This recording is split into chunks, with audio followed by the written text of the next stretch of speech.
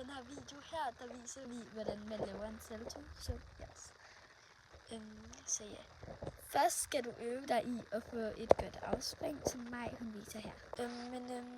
Her der har vi sådan noget, så det er meget godt at have sådan en her. I kan også bare bruge tyvtår eller noget. En lang ting i hvert fald. Sådan så den viser, hvor jeres afspring skal gå af. Så her går Majs afspring. Så det viser hun nu.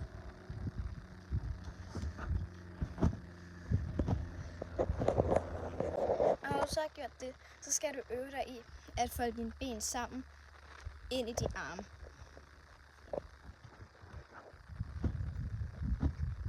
Så vil det være en god idé at kigge op, sådan, ikke helt op, men bare sådan lige til den der ting der.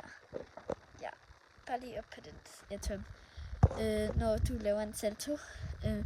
Fordi at ellers så bliver den ikke så god. Så ellers så peger jeg her, og så kigger mig så på mine fingre. Så imens hun så kigger op. Og bagefter så skal du så øve dig i at bare lave en salto, men du behøver ikke at lave den.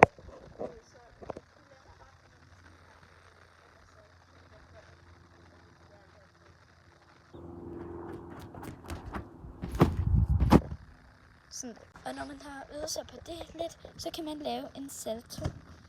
Og der fjerner man så den der, som mig viser her. Og så vil du kunne lave en salto. Hej hej! Hej hej!